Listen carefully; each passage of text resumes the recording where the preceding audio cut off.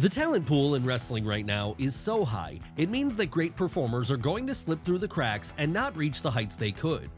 That said, there is always the possibility that some of the people who slide through these cracks will find themselves rising back up through them at some point again in the future and make it to the main event.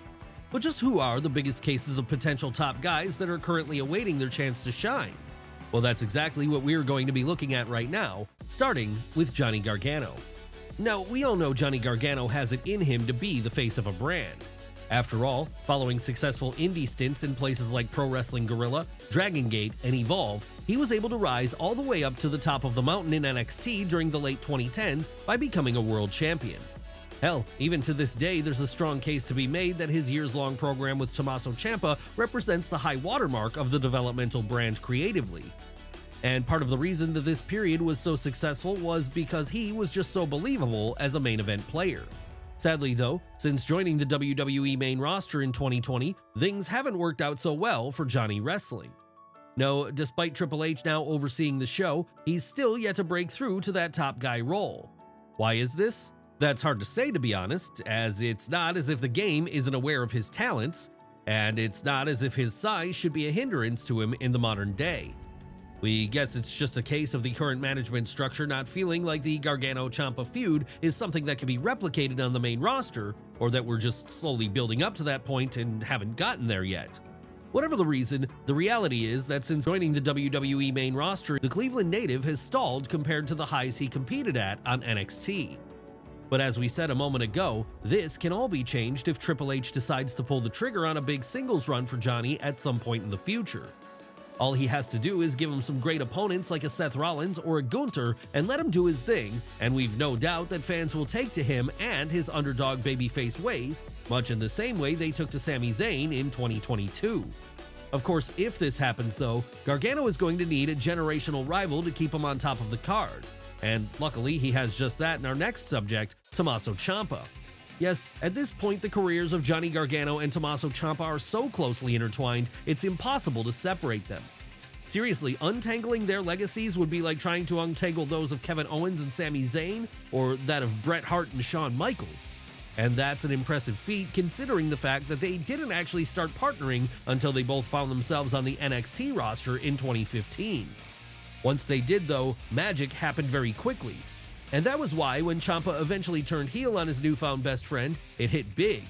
Seriously, so much was the Boston native hated for what he did when he attacked Johnny Wrestling at the end of TakeOver Chicago in May of 2017. For a brief period at least, it turned him into the biggest heel in all of wrestling.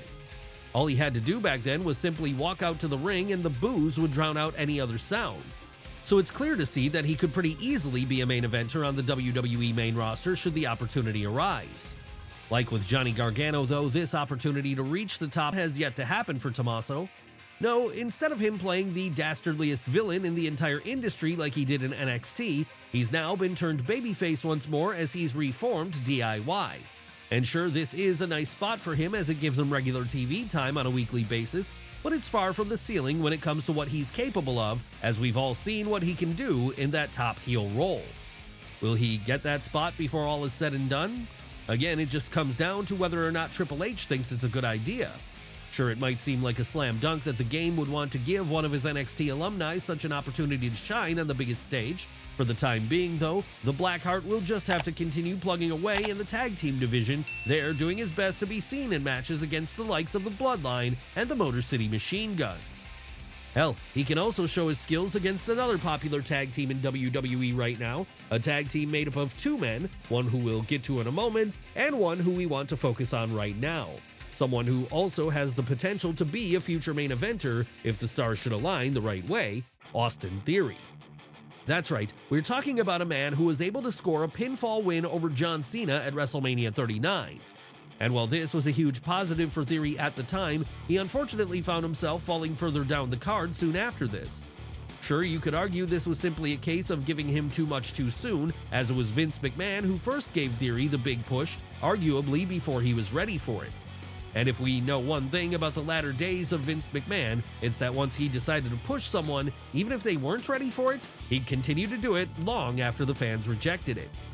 But then his creative in the years since that point hasn't exactly done him any favors either, as that booking has seen him win the Money in the Bank contract, then not only choose to cash that contract in on a mid-card title, but lose in this attempt. Fortunately though, in recent times, Theory has been able to bounce back somewhat by forming a heel tag team duo known as A-Town Down Under. And it's with this new role on the show that Austin has been able to recover, because now, without the spotlight on him, he's been allowed to develop at a much more natural pace, with this affording him the chance to grow and slowly become the star he has the potential to be. Will this lead to him finally reaching the main event scene fully one day? We'll have to wait and see, but if we're guessing, we imagine that there will be at least one more attempt from Triple H to make Austin Theory work out as a top guy.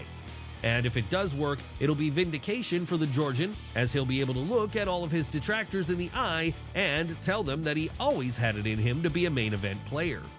But what about that tag team partner of his, the one we've alluded to a couple of times now? Surely he deserves a spot in this video too. Well, he does, and that's why he's our next subject. Who are we talking about here? Why, Grayson Waller, of course. That's right, it seems that Australia and its neighboring countries have become quite a breeding ground for great wrestling talents across the last generation, as when we're talking about active performers succeeding at a high level today, they've given us not only Rhea Ripley, but also Bronson Reed, Indy Hartwell, and of course, timeless Toni Storm. And then there's Grayson Waller, the up-and-comer of the current Oceanic class, as he's one of the people WWE clearly see a bright future in.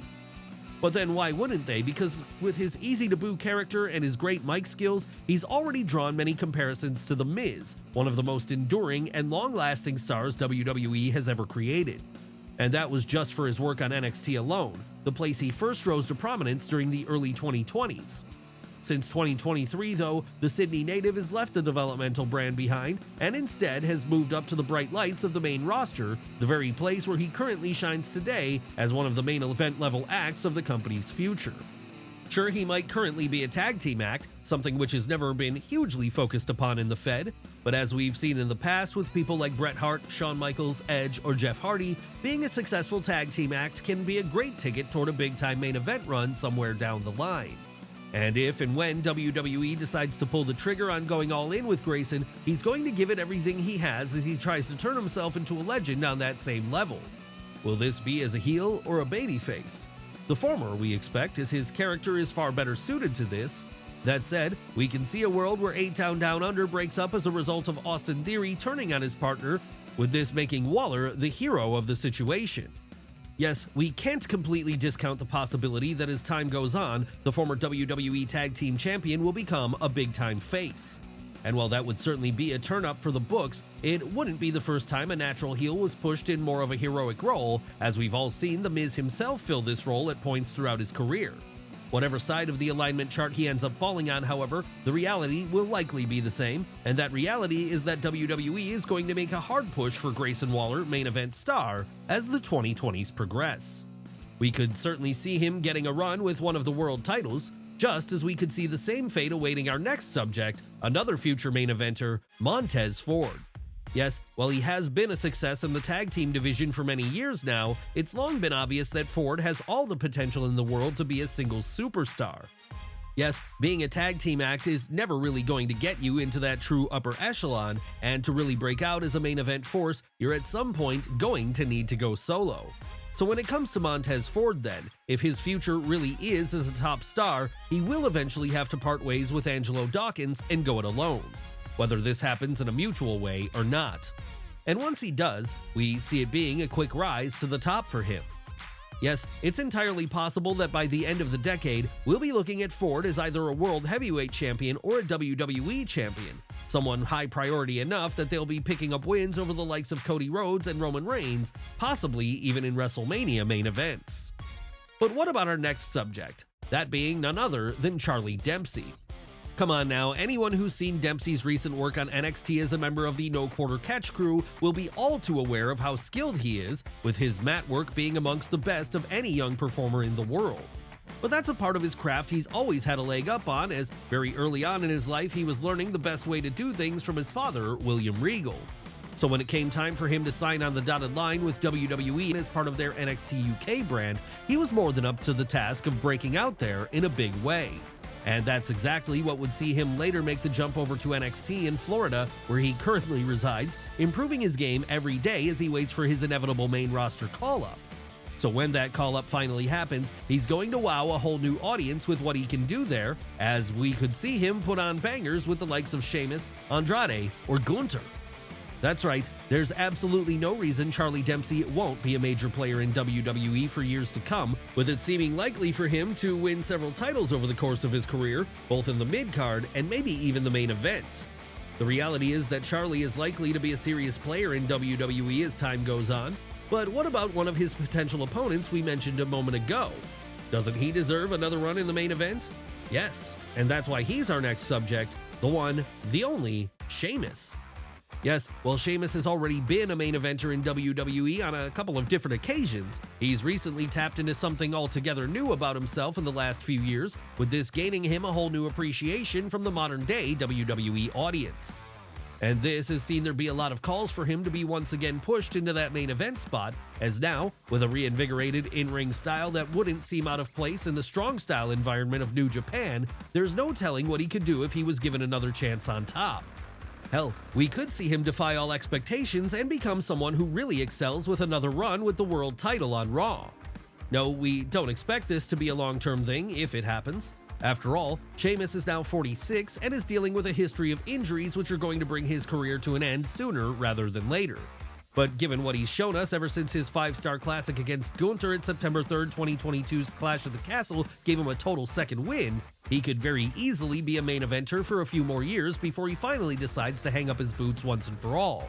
Just imagine what this version of the Irishman could do as a world champion final boss for a short run, taking on challengers like Braun Breaker and Ilya Dragunov, all before eventually putting a younger talent over on his way out. The only question at this point then is, does Triple H see things the same way, and does he want to go with Sheamus having one last stand at the top of the card? We guess we'll just have to wait and find out the answer to that as time goes on. But again, with Sheamus being a good friend of the games, we'd say the possibility is a lot higher than it would have been under a prior regime. Until it does though, he'll continue to do his thing and let us all reap the benefits of this late career renaissance for him. And he's not the only Irishman on the WWE roster who's currently doing great and who deserves another shot in the main event scene, as the exact same thing could be said about our next subject too, Finn Balor.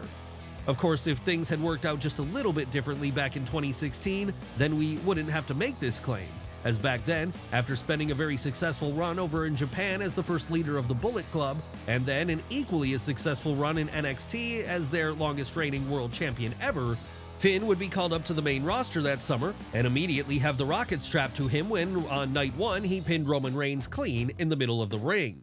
And after that, even more success for the Irishman as he'd go on to beat Seth Rollins at SummerSlam on August 21st to become the inaugural Universal Champion.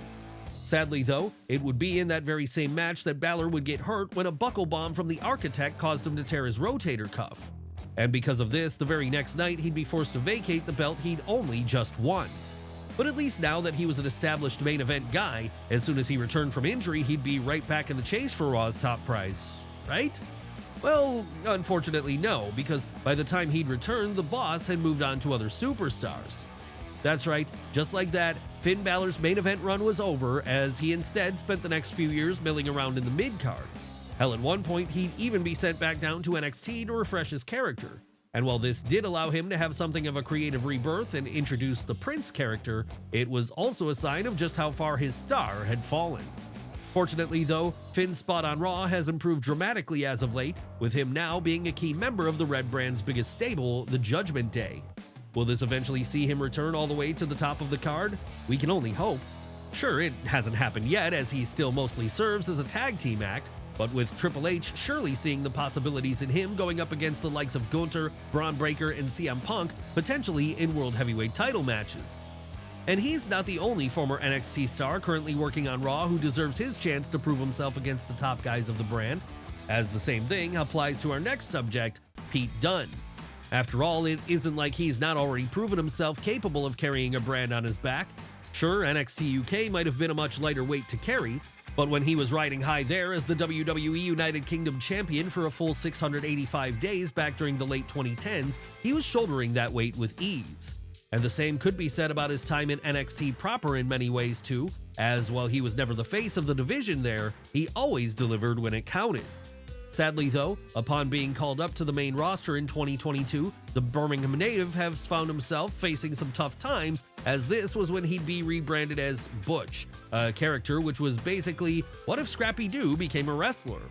And this led to the Bruiserweight never being taken as seriously as he did while on NXT.